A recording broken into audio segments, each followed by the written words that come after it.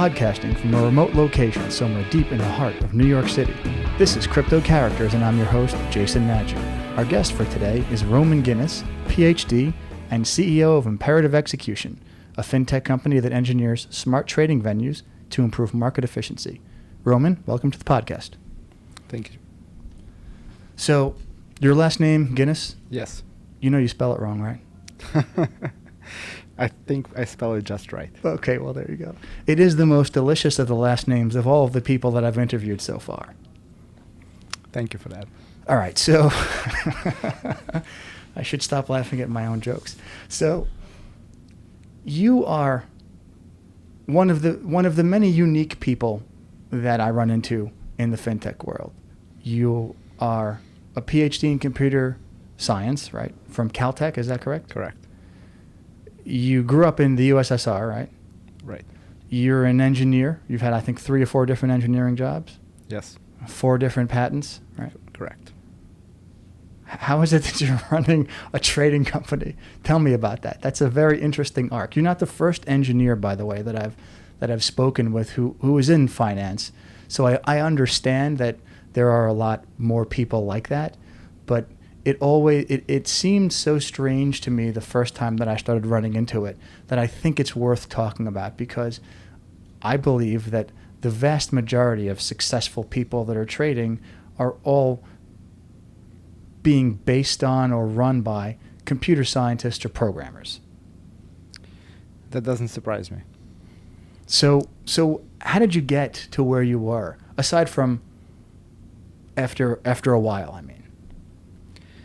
So Imperative Execution is primarily an engineering company.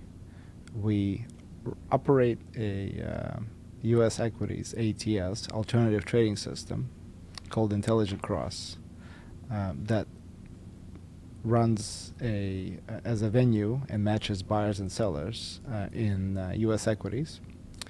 But Imperative engineers all the software to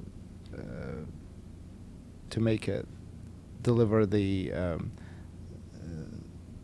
capabilities that offers to the market. So Intelligent Cross was started originally from an idea that based on the problems that I saw in the market as a trader for a decade. And I created Imperative 2.5 years ago, trying to solve these market inefficiencies. So let me stop you right there. 2.5 years ago, you created Imperative. When did the seed idea first come to you? I know it was more than 2.5 years ago. The seed idea came probably about 2 years before that. And how? So for about 10 years prior to leaving my job to start Imperative, Mm-hmm. I traded equities initially at UBS and then later at what is now Point72. And a big part of my job was trading well, which means deciding not only what to trade, but also executing the trade such that the price stays as stable as possible while I'm trading. Well, so let me stop you right there, because that seems to me, someone who's an uninitiated and a lawyer, not a person that really does any trading, but I used to see the movies where everybody was screaming up and down and waving the tags of paper, and it seemed to me like the markets were always moving in those movies. And the folks that I've spoken to have said that that was kind of the case. So how do you ensure that a price can be stable as someone that's a buyer, not really a market participant outside of the fact that you're buying something? You can't be sure. This is just the desire that you have, as if you see something for $100 and you want to buy it for $100, what you don't want to happen is as soon as you start buying it, the price to go to 101, 102, 103. So essentially the market can see that you're buying because you're trading public securities, and it may react to this. Other participants in the market are machines and people, and they can change the orders in the market, and they do. And so while you would like to buy it at $100, more often than not you can't. And the objective of any trader trying to execute an order is to try to move this price as little as possible, try to get it as close to the starting price as possible. So I think this is the situation, but you tell me if I'm wrong. I put in an order for whatever stock, IBM. And I want IBM, and when I put in the order, I want IBM to be, the IBM is at $100, and I'm willing to pay $100 for it. I'm not willing to pay 101 or 102 or 105. So what you want is really, I think it's called best execution, right? Where what you're doing is you're ensuring that from the time that you put in the price until the order executes and it's now yours, there's no movement in the price. Is that what you're talking about? Well, best execution is an objective of any trader to basically get the best price available for this order. Okay. For some orders, small orders, it's pretty easy. If you want just 100 shares of IBM, chances are you can go to any retail brokerage and click just one button, and within a few microseconds you will get your IBM order at the price you see on the screen. Chances are that was very unlikely to move the market. In fact, you may actually get a better price than you see on the screen. And I think that's how most people think of trading. Right. So this is not at all what happens when institutions trade. So if you have your money, 401k or pension with an asset manager, you effectively hired them to trade on your behalf. And 1,000 other people have hired them to trade. And millions of other people have hired them. And you're dealing with better ones. I'm thinking 1,000, you're at 1 million. That's okay. And you can imagine a large asset manager is getting dollars every month or twice a month from people all over the country. And let's say they hired them to follow an index, S&P 500. And so the asset manager has to go and buy, or could be buy, could be sell, but they're trying to follow the index, and they're trying to do in huge trades. So they may want millions of shares of IBM in order to fulfill their obligation to the client. And that'll move the market. Well, it definitely will. So the question is really how much you want, how quickly do you want it? Right. And if you want 1 million shares of IBM, in the next second, then you may not be able to even get the 1 million shares that quickly, because the only orders available in the market may not add up to 1 million. If you want to get it done in a day, you have a pretty good shot, because IBM is a pretty liquid name. But as you trade it in the market will respond to you. And the best way to think of this is, if you keep buying, let's say exactly placing one order every second, sooner or later somebody will notice that somebody really, really wants IBM every second or so.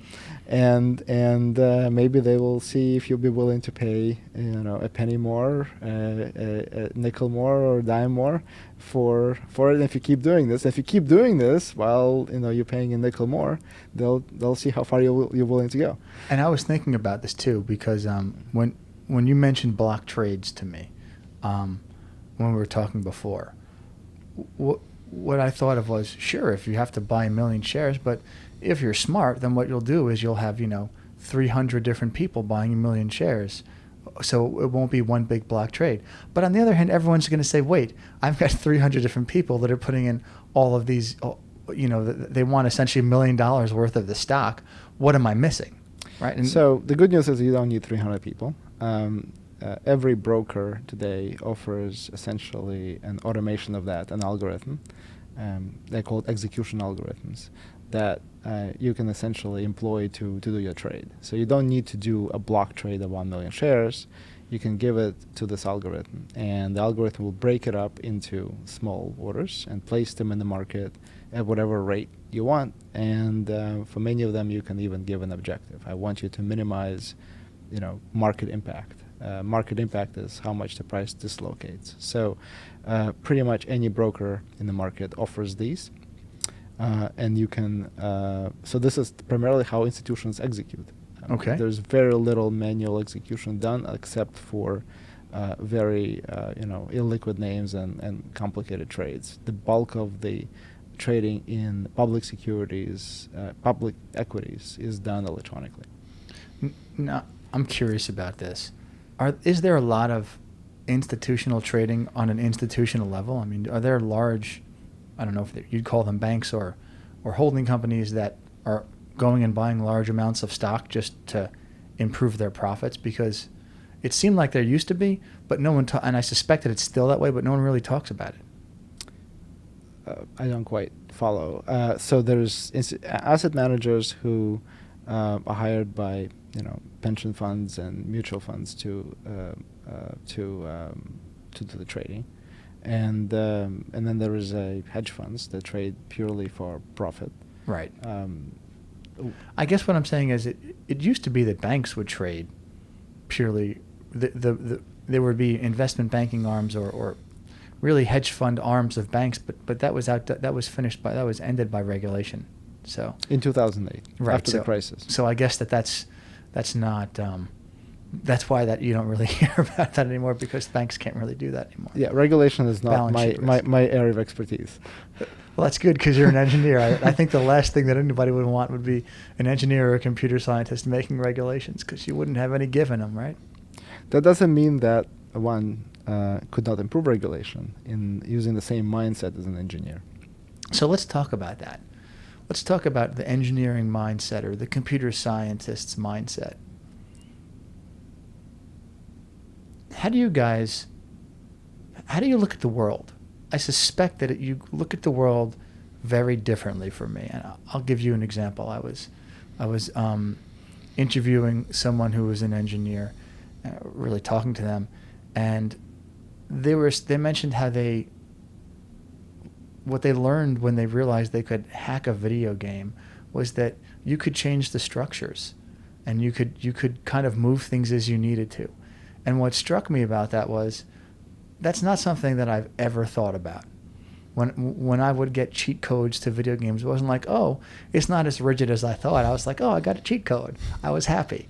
So it strikes me that there's a very different way that computer scientists or engineers look at the world. I don't know if it's in a linear way, if it's because of the way that they tend to organize their thoughts and have very logical thoughts but there's something different about it.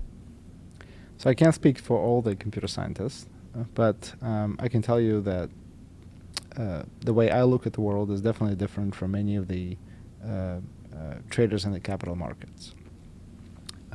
So coming to finance mid-career, where I had engineering jobs before, and entering the space, I think I started my first job in 2007 at UBS, allowed me to look at the financial market as just another set of problems or set of puzzles to figure out. So engineers like me are often animated by fixing the inefficiencies in the systems that they observe. So I think that might have crystallized it. I don't want. I want you to finish, but it sounds like what you're saying is that you look at something and say, "Oh, there's some problems here that I could fix." If I see a problem in something, it drives me nuts.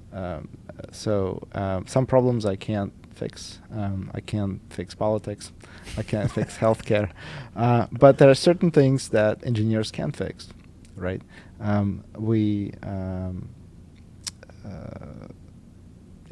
make our vehicles faster and cheaper all the time. We are improving our telecommunications all the time. We go from 2G to 3G to 4G to 5G. So certain types of systems are conducive to improvement. What does that mean? That means that there is, we can see very clearly that if you make it, if you make the car go a little bit further on the same on the same charge, on the same tank of gas, that's better than going less. I would think so, unless I'm a gas company. So in the capital markets, when we talk about trade execution, trying to figure out how to get the order done and move the market less, that is one area where engineers can make it better. So what are the principles behind that? I'm curious. So there is a what and a how. Okay. The what is, if you can buy 1 million shares at $100, then you would prefer that to another alternative reality where you start trading at 100 but end up buying them for 105. Right. Right. So what we call objective function, which is what we're trying to achieve in this case, basically keeping the price as close to what we started from as possible, is how engineers look at compare different systems. What makes one system more efficient than other, it gets closer to the objective. And what's important is that objective is mathematical. So you can say, okay, there's a price difference here. It's 100 and whatever I actually got. So let's say I started at 100, I end up at 105, the price difference of $5. Okay. If I try something else to execute the trade and I get $4, that's a better system than the first one I tried. And I can keep doing this, experimenting with different designs of execution algorithms until I find the best one that I can. And so under if I have a best execution obligation, which many brokers do, it is my job to find the best way to execute this trade. So in the capital markets, in trading specifically, it is interesting to me as a computer scientist because there are parts of it, like execution, that can and should be optimized. Now, optimization, it actually means something. It has a specific meaning in the computer science context, at least, right? Yes, optimization means the process of getting to the objective through altering the system you're working with. So in your game analogy, you can either play the game within the confines of the rule set of the game, or in some sense, if you can break down the wall, you can change the game. Right. Okay. Yes. So in computer scientists, come back to your original question, look at the world not as a static system that this is how it works and we get to live with it, but look at how can I improve it and change it. And for me personally, it's a passion to figure out how to improve the systems in which I live. Have you ever found a system in which you live or that you've worked with that you didn't find broken in some way or that could be made better? I think almost every system can be improved. That's what I thought your answer might be. So it must be really hard, actually, going through life if you keep seeing these problems and thinking you can fix that. How do you handle that? That must be difficult. My world dramatically became dramatically larger when I started this company. As an entrepreneur, not only you're solving the specific engineering problem you set out to do, you are also dealing with soup to nuts, with everything that goes with starting a company, from creating a logo, coming up with a name for the company, deciding who to hire, who to partner with, figure out how to explain what it is that you're doing to investors, to employees, to potential employees. So in the venture space, it's called the pitch, but of course it's different to whoever you're talking to. And so as I've gone through all of these stages of, we raised capital, so I had to get good at explaining in a very short elevator pitch. Yeah, what it is that we want to do, especially as a complex subject as launching a new trading venue, to designing a logo. And so having gone through many iterations I can now look at other people's logos and say, okay, well, this could be improved. Or I can look at, and I've learned to appreciate high quality products. So if you look at, iconic products like Apple, not just the devices, but just go to the website and you could see the amount of energy they invested in every single decision, from the font that they chose to the sentence construction to placement of various images and how they transition from one another. They're all designed to evoke some particular emotion and at the same time get a value proposition across and get you excited. And all of those things are incredibly hard. So now that so this is the area that I knew nothing about before I started the company, but I had to get good at it, and I approached it very much like an engineering problem. Okay, so I start from this layout of a website to this layout of a website, and how do I feel, and how do my friends feel about this? How do my other people who interact with it feel about this? So you can measure engagement. Google Analytics is great for giving you some kind of feedback, but of course, this is what really differentiates high quality products from lesser quality products.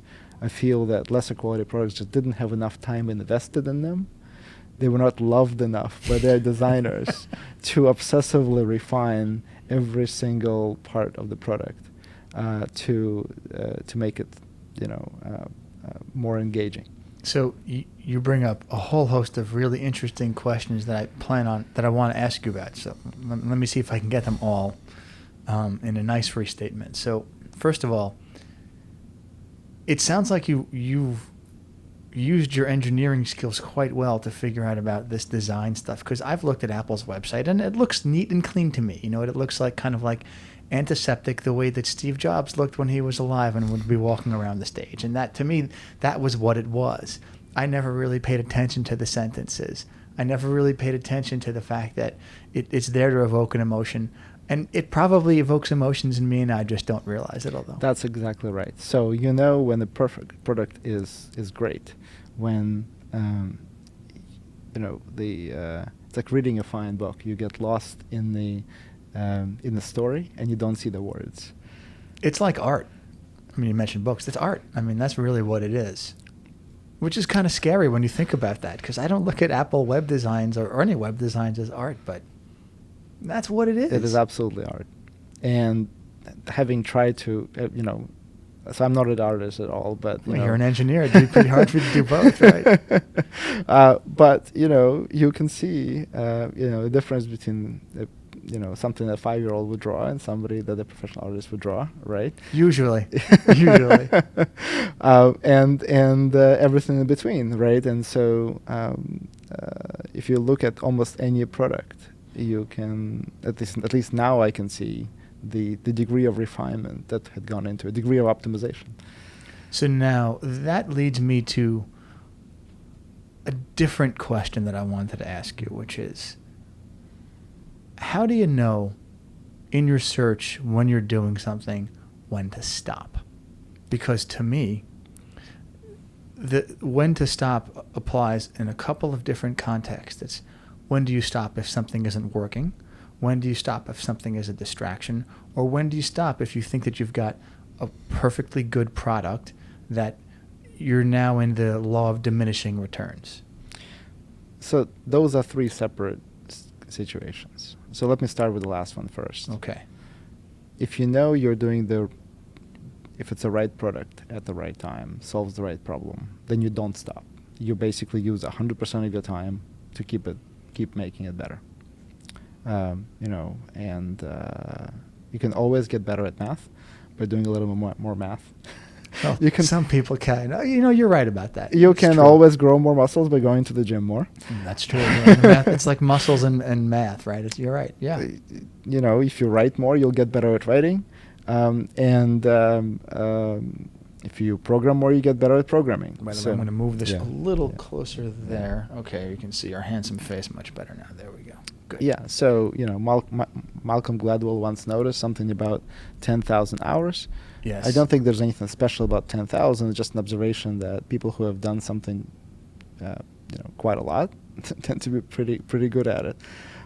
And so the first two questions are different structurally. They're not about refinement. They're about deciding, are you on the right path or not? And when do you stop when you say it's a wrong path? It's often difficult to tell. So there's a bias that Kahneman and Tversky wrote about. Yes, Kahneman and Tversky. Wow, nice reference. They won the Nobel Prize for behavioral economics. Right, behavioral economics. So they have enumerated many biases that we all suffer from, and gave them names, and they've studied them on subjects. And the loss aversion is a strong bias, and the sunk cost is a strong bias. So in your first question refers to sunk cost. So you've been going down some road, and you just you just can't make yourself turn. So one sort of basic example is I have a friend who is majoring in civil engineering, but he doesn't really like it, and he is interested in doing programming instead. So, but he's like in the second or third year of college, and I asked him, like, why don't you just change majors? But I'll graduate later. Well, so why would you spend another minute studying civil engineering if you don't like doing this?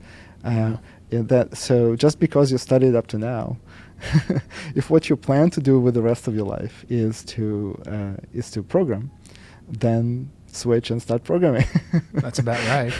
I guess you could continue to do civil engineering and learn programming on the side, but that's a lot of stuff to do. But then you end up with more civil engineering, which you're not planning to practice. Yeah, or what you despise, and you can't do something that you hate. Correct. What do you like about what you're doing now? What I like most about what I'm doing now is, I created this company to try to improve the market, execution in the market, which we think is going to help. And those already helps market participants. And ultimately, we think we can improve returns for all investors worldwide, not just in the U.S. equities, but in any asset class with the techniques that we've developed. So to me, that's exciting that we have come up with a methodology for building venues, building exchanges that produces a more efficient interaction between buyers and sellers, and as a result can reduce the cost of trading globally. A methodology that introduces, what did you say, for buyers and sellers? What was it? A methodology for engineering exchanges. So, a methodology for engineering exchanges.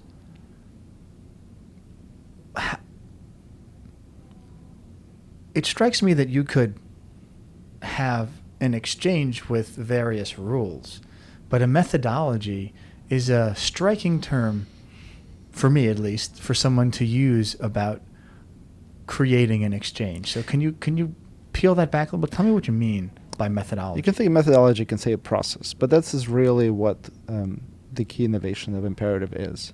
So exchanges have historically been just a bunch of rules under which buyers and sellers match up and record the trade. Right. But the question that was interesting to me was, as a trader, I thought about the outcome of the trade. So when we talk about not moving the price, that is an outcome after the trade already completed on some exchange or some venue, right? Right. So the question I asked is, if as investors and traders we're interested in outcomes, let's engineer an exchange that tries to achieve this outcome. Okay. And rather than build an exchange first, see what the outcomes are, the hope that the set of rules was the right one, what we're going to do is we're going to try to figure out what rules are optimal such that the outcome is close to what we want it to be. And so the process for coming up with these rules is the methodology. I was going to say, because it strikes me that you've used the appropriate term. It really is methodology, not process, because what you're doing is It's like a philosophy behind. It's the underlying philosophy of the market. That's really what you've effectively created without, but it's a methodology because it's really process oriented versus theoretical orientation and thought. So I'm not sure I would go as far as philosophy, but it's an approach to designing markets that optimize towards an outcome. You know, I forgot to mention, there's only one rule on the podcast. You can't disagree with me on anything. I think we're disagreeing a little bit on terminology, but this just... There's no, I was only kidding. There's no disagreement. So the concept of designing exchanges such that traders and investors achieve a particular outcome is, I think, pretty new. And the way we proceeded to do this is the process that many refer to as AI today, which is sort of the way we define it as 3 steps. One is coming up with an objective that we want to achieve. In this case, so our first venue, called Intelligent Cross, was built to minimize what's called market impact after the print, so the price does not move. So let me stop you right there. So Intelligent Cross is, when you say it's your first venue, is that a place where I can go sign up and I could start trading on it? What is Intelligent Cross? You can trade on Intelligent Cross through almost any broker in the U.S. So usually market participants, investors, traders don't interact directly with the venues in order to trade on Intelligent Cross or trade on one of the U.S. exchanges. In other words, I'll go to my broker and say, buy me some IBM, and the broker will go to NICE, or they'll go to wherever they want, Correct. Whatever venue to purchase it. Correct. Okay. Correct. Yeah. So now you can instruct the broker that I want to go specifically to Intelligent Cross or to NYSE or to NASDAQ or any of the other venues. Or you can ask the broker to make the decision for you. Once you know, but this predicates that you know exactly what you want to do, that you want 100 shares of IBM. Mm-hmm. When you deal with an asset manager, let's say you signed up to follow S&P 500, not only you're not placing individual orders, you're basically delegating the entire decision when to start trading and how much to the asset manager. Or if you sign up with an active portfolio manager, you are basically saying, get me the best returns, and you don't even make any decisions about what index to follow or what stocks to buy and sell. You just hiring them as to maximize your return. So maximizing return is an objective, right? Right. Yeah, sure. Getting best execution is an objective. Right. Mathematically, we can compare different execution strategies, just like we can compare managers about how well they make decisions about what to buy and sell. And so exchanges can have an objective as well. And we, for Intelligent Cross, we set an objective that we want the price to move as little as possible after each match, and then proceeded to design it with what we call the AI process. And that process for us is 3 steps. Defining the objective, in this case not moving the price, measuring the outcome of each trade. So we as far as we know, we're the first venue in the world that measures its own market impact as it trades. What do you mean by that, measuring the outcome? So we know what price the trade went off at, right? Let's say $100. Right. You know the order amount, right? Well, we know what we matched. So we got 2 orders and we matched them, and we printed the trade at $100 for 500 shares, for example, of IBM. Okay. And we can look at what happens to the price of IBM a second after the trade, 10 seconds after the trade, a minute after the trade. And that's what we mean. So what we mean is we measure how much the price moves after the trade. And, okay. The ideal objective that we defined is we want that price after match on Intelligent Cross to move as little as possible. So can you say how you do that? or is it proprietary? Of course, I can say this. Okay. The measurement is completely objective. So the prices in the market are well known at any moment of the day. Right. We in the U.S. equities, we have a record of all the price changes in every security. We refer to it as the tape, consolidated tape, and not every market has it. Not every asset class has it, but in the U.S. equities, we have it. And so at any moment in time, you can go back 10 years and look up how much the price of IBM was at 10 o'clock in the morning. Right. And it's basically a record of all these price changes. So so you can do the same in we know when we perform the trade in Intelligent Cross, we know exact time, and we can go, we can let the second pass by and see what the price of IBM was a second later and compare it to the price at which we matched. So not only we can do it, anybody in the market can do it. But what's the methodology for lack of movement? Like, I know how you can measure. I understand how you said you measure lack of movement. So is measurement clear? Yes. Yes. I probably asked the wrong question. Okay. So the measurement is so the first step is to measure.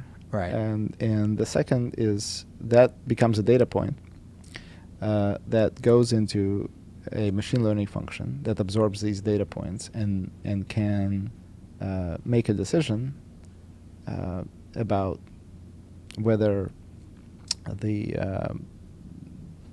matching process can be improved to make it smaller. So in our case, it can act by adjusting the matching process, trying to minimize the price movement. So Intelligent Cross, if I may, in just a couple sentences, works as follows. It's a discrete matching venue. We call it near continuous matching because we match every few hundred microseconds to a couple of milliseconds. So we schedule matches. Let's say the next one is in 150 microseconds from now. Okay. All the orders arrive whenever traders want to place them, but we don't execute them as soon as they arrive. They wait in the queue until the next scheduled match time. And so typically these waits are extremely small. We're talking about a few hundred microseconds. This is faster than you can blink your eye. Right. But it's very important but those time frames are very important in the market. And what Intelligent Cross does is decides the ideal times to match orders such that the price moves as little as possible. Believe it or not, the timing of the matches very much matters for this particular objective. Really? Yeah. So essentially what it's doing is it's analyzing how much time you should wait based upon a number of different variables so that you have the least price movement? The least price movement after the trade, yes. So there are a number of reasons why price moves and how market participants react to the orders. Some participants are trying to figure out which way the market is moving, do this microsecond by microsecond. Some market participants have a view on the stock that for 1 quarter or 6 months or 10 years. Some market participants have a view on the stock for 1 day or 1 hour or 1 minute or 1 second. And all these market participants are trading every day with each other. And that's how we get a functioning market, is that we have contrarian opinions. Right.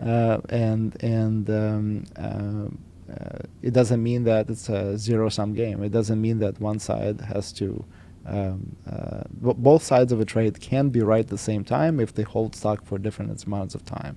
So you can have a view on Apple for a year, believe it's going to go up, and I can have a view on Apple for 1 day and believe it's going to go down. We can do the trade, and we can both be right in that situation. True. But I guess that's why I'm so surprised that you can reduce movement in price, because it strikes me that if you have large amounts of stock moving, then you're going to have a change in price with each movement, even if you're just dealing with human beings. All the more so with computers, because part of the computer algorithmic trading, one of the downsides is that you can have these cascades essentially where the price can move up and down rapidly because of trading. The computers can see it and they can push big swings either way because of algorithmic trading. Well, so we've had swings in the market before algorithmic trading was invented. And the reason why we have it is because the market participants pay careful attention to what others are doing, and they adjust. So if you think of the market as, it's not a continuous system, it's a sequence of observations and actions that various participants in the market make, and do this throughout the day. We just automated some of this with algorithms today, but that's always been the case. But so you didn't have flash crashes. We had crashes. They were just They were fairly large. They were than the flash crashes. We've had many crashes before we invented the term flash crash. Yeah, I'm not. By the way, I'm not.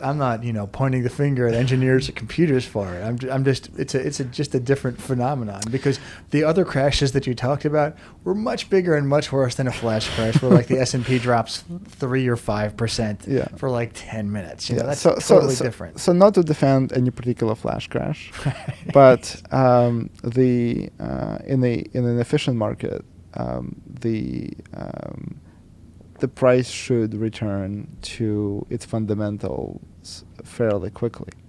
And probably one of the more discussed flash crashes was a few years ago that was a result of somebody doing a large trade and dislocated the market quite a bit. And as far as I recall, the price came back within a few minutes to where it was supposed to be. Right, it was quick. So the market did exactly what it was supposed to. And even though it looked like people lost or made a lot of money on paper for a short time, the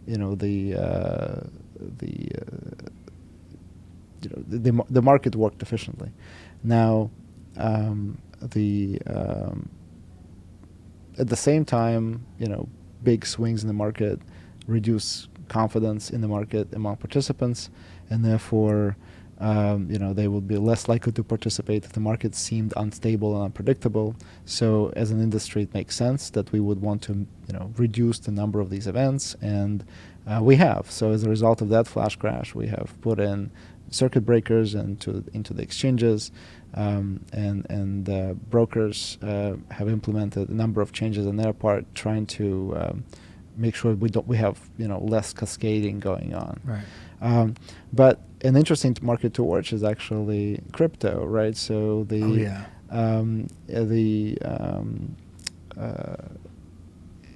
crypto is learning painfully all the lessons that we have learned in the mature markets over 100 years.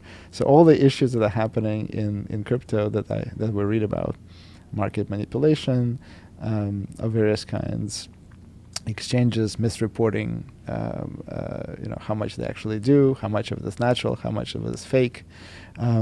All of these things used to happen. Exchanges don't do that. What are you talking about? Well, equities exchanges don't do this, but crypto exchanges do.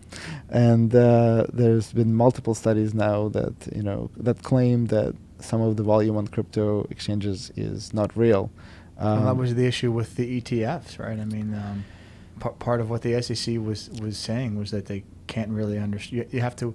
It's a new standard that they threw in there, that you have to be able to show that there's no fraud and regulating, and that it's being properly. They don't say the word regulated, but they're worried about market manipulation. But so all of these issues are not new, right? Whenever you have an asset class, that actively trades, that right. there will be participants who will want to do this, And the reason why we have all these regulations today, the reason why we call these mature markets, is because we have seen a lot of these things, and we came up with the regulations trying to keep the market more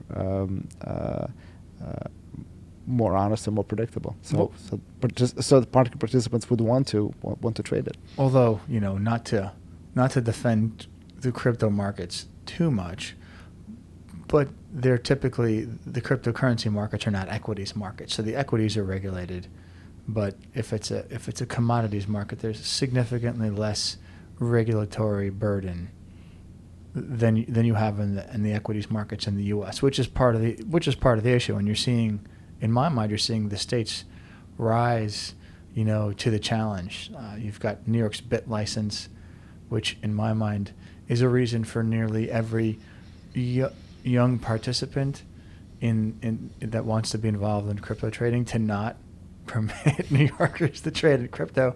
But on the other hand, if you look at what happened with, was it Quad, I forget the full name, the Canadian Mt. Gox, the guy who went to India, who had Crohn's disease and died, and he had all the keys to all the crypto on his laptop. And so everyone that had their money with him, I think it was 50 million Canadian or something like that, they lost all of the crypto. So that's something that we would want to prevent. And you can do that in the equities markets because you don't have public and private keys that you can't crack, so that if you lose it, you'll lose it forever. But it makes the point that you do want some regulation, particularly now that it's not that the commodities markets, or we'll say currency trading, is become so much more popular than it was with the advent of cryptocurrency, which you can only purchase really in that fashion. So we have many different regulations available to study as we decide what to do with crypto, right? So we have equities, we have options, we have futures, we have FX, we have equities in different countries and geographies, and every country has a set of regulations for those. So there's no shortage. I think the crypto community does not need to experience every single painful lesson,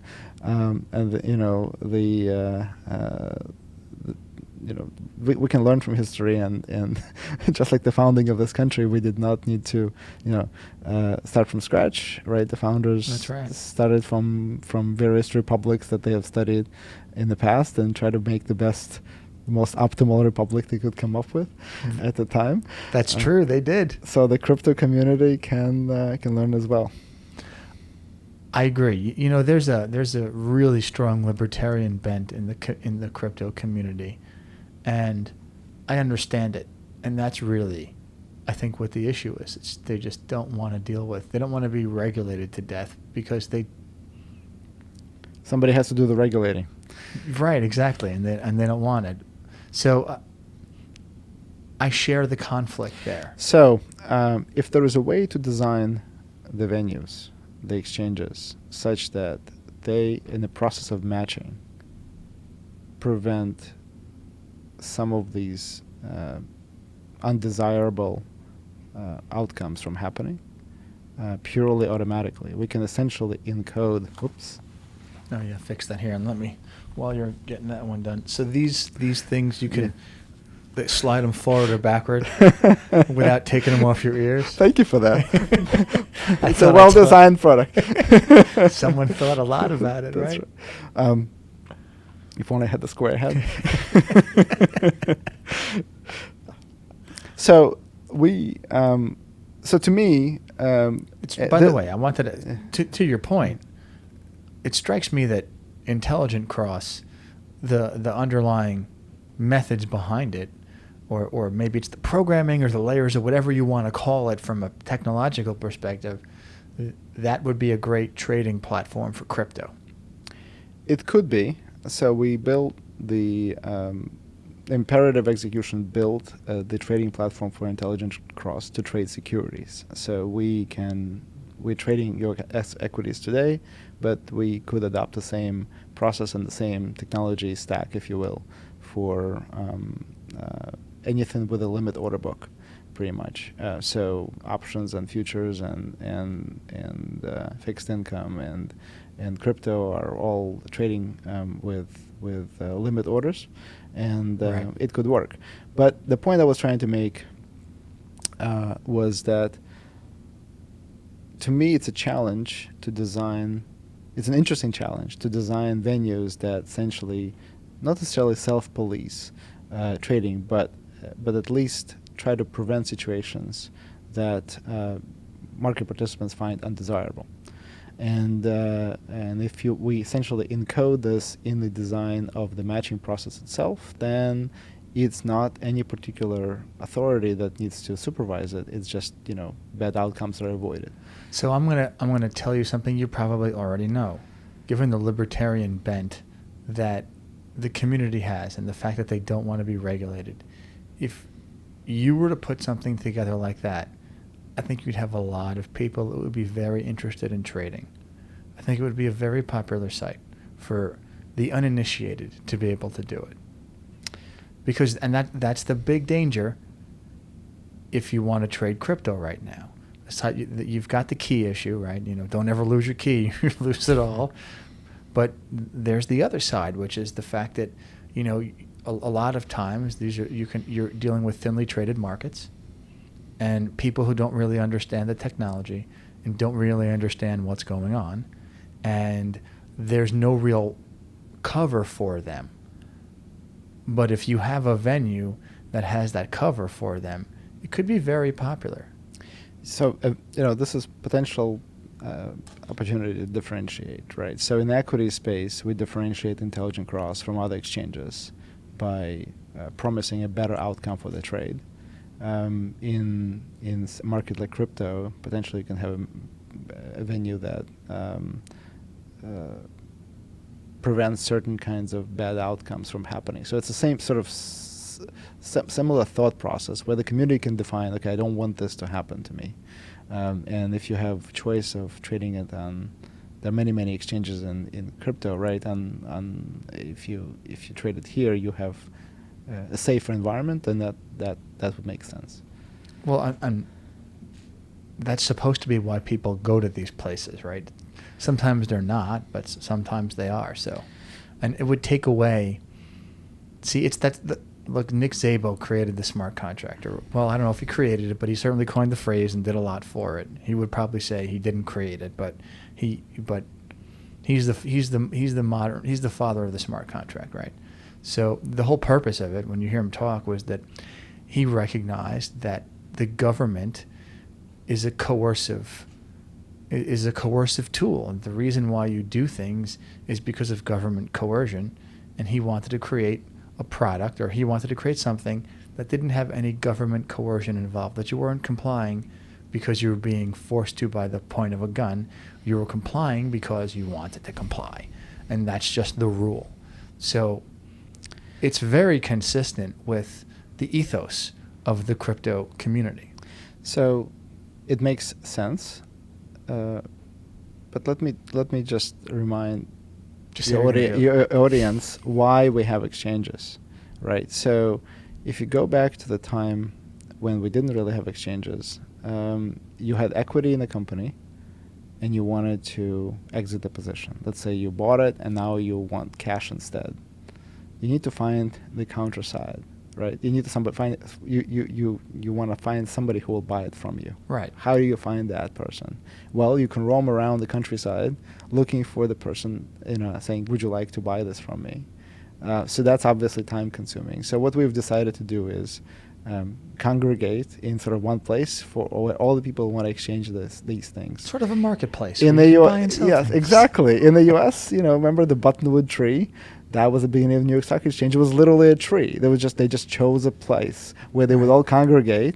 And how do you let other people know that you're in intention? Well, you write them on a piece of paper and you wave the piece of paper, and they came up with these mechanisms for doing the doing the exchange trading. But basically, it was just a congregation of liquidity, right? So if you don't congregate liquidity, then it's just very painful to find somebody to trade with. So that's what exchanges do. They just concentrate participants who they know what website to go to in modern time, right? Rather than some tree somewhere. Right. But it's basically the same tree, except that these are the rules of the game. This is how you waive your tickets. You use this app to place an order, but it's basically the same concept. And so you gain something and you give something up. You gain ability to be more likely to find the other side of the trade, to somebody to trade with, but you give up a little bit of freedom because you have to comply with the rules of the exchange, right? And certain activities that other participants on average find undesirable, you may not do. Right. And that limits your freedom, but that's the price you pay for avoiding roaming the countryside. That's a very good point. We sacrifice a lot for convenience, right? So, all right. Just two kind of topics or questions I wanted to go over before we wrap up. What do you understand failure to be? What does that word mean for you? So, I don't think there's absolute failure. You can make a mistake, and as long as you can pick yourself up and try again, then some people call it grit, some people call it perseverance. There's lots of names for this, but basically it's just dealing with setbacks.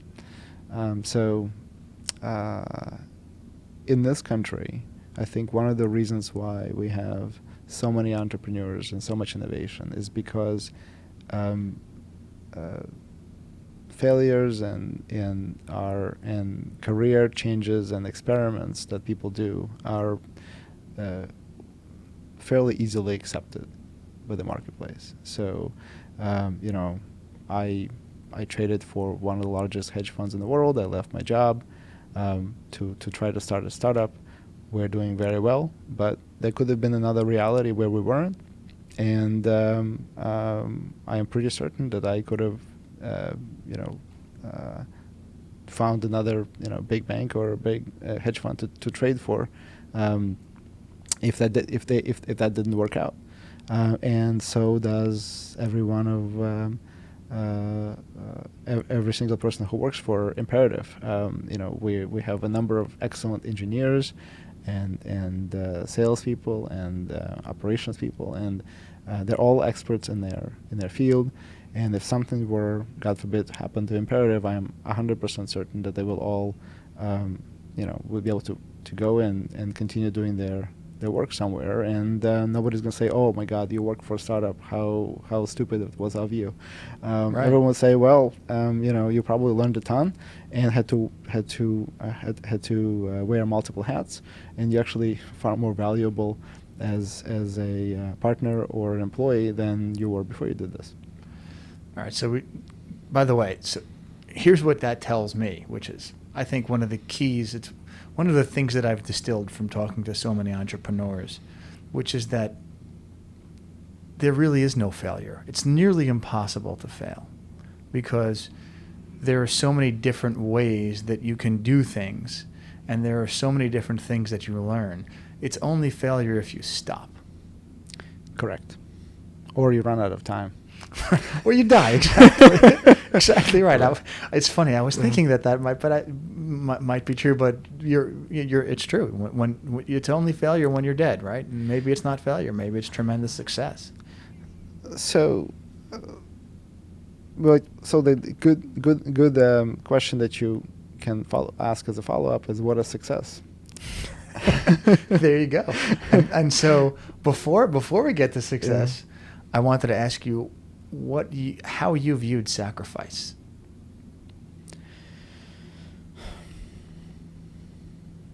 Well, sacrifice is a pretty loaded word. Let's say problems. Problems. Adversity. Adversity and problems are just state of the world.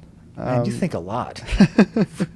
You're an engineer in words too, because that was a pretty good response to my question, which was really the wrong question. I said sacrifice, I really meant problems. But anyway, please go on. Whenever, so as an entrepreneur, you try to change the world as it is towards some better outcome as you imagine it, right? And you go from this reality to some future reality, and that in that reality there's new winners and new losers, right? When the internet was invented, the television advertising suffered. Right. The yellow pages went dead. I mean, God, that was the best booster seat you had. You remember when you would go and you were too short? They just give you telephone books to sit on. Well, look, I mean, I started programming in when I was a teenager in the 80s, and we just came to the United States after the Soviet Union collapsed in around 1990, and the internet at the time was AOL and Prodigy, and basically they were not really internet; they were kind of small networks, and it was not at all clear whether this is just an experiment or if this is going to change the world, right? So and this wasn't that long ago. So this it wasn't. and by the way, at some point we won't do it today, but I kind of want to get your take on the USSR in the fall as an entrepreneur with the lens of someone who's lived here now and all the cultural differences, just from an innovation perspective. But that'll be for another time because that's really, really big. But internet, we didn't know what was going to happen or whether you were. But it disrupted the ecosystem, right? And so we started talking about adversity, and so I'm sure the yellow page salesmen were pretty upset. Right. Yeah. For the Netscapes of the world that are popping up, and it just happened recently to the iTunes disrupted the entire music industry, right? We no longer have music printed on little pieces of plastic that we spin into something, and then Spotify changed iTunes, and Spotify changed. So we're in a constant set of disruption, and I'm sure that the next disruption we can imagine possible disruption that can happen. We can imagine driverless cars may save us from traffic hell, but at the same time, maybe we'll need a lot fewer cars, and people who make cars may not like that world as much as they do now. We'll still need mechanics for those cars. That's true. You're not gonna. There's no self-driving car fixing robot yet. And, we're nowhere near making those. So lawyers will be far. I'll make a note of that. Maybe that will be a next project. That's right. That's good. So now let's talk about success. So to me personally, success means asking myself, am I doing, is there anything else I would rather be doing now than what I am? And if the answer is no, then I consider myself successful. That is the best definition of success I have ever heard. And that is how we're closing this podcast. Roman Ginis, thank you for coming. Thank you for talking to us. And thank you for the amazing stuff that we spoke about today. Thank you for having me. Well, it's been 5 long years of this permanent midnight. I've been waiting for the sun to rise. I've been standing all alone by myself in this darkness. Man, I'm gonna lose my mind. And after 5 long years without any sunlight, I figured out how to play this game. Forget about the moon, the stars, and the sunlight. You're gonna get to know my name. Come on and tell me. He's quite gorgeous. She's quite gorgeous.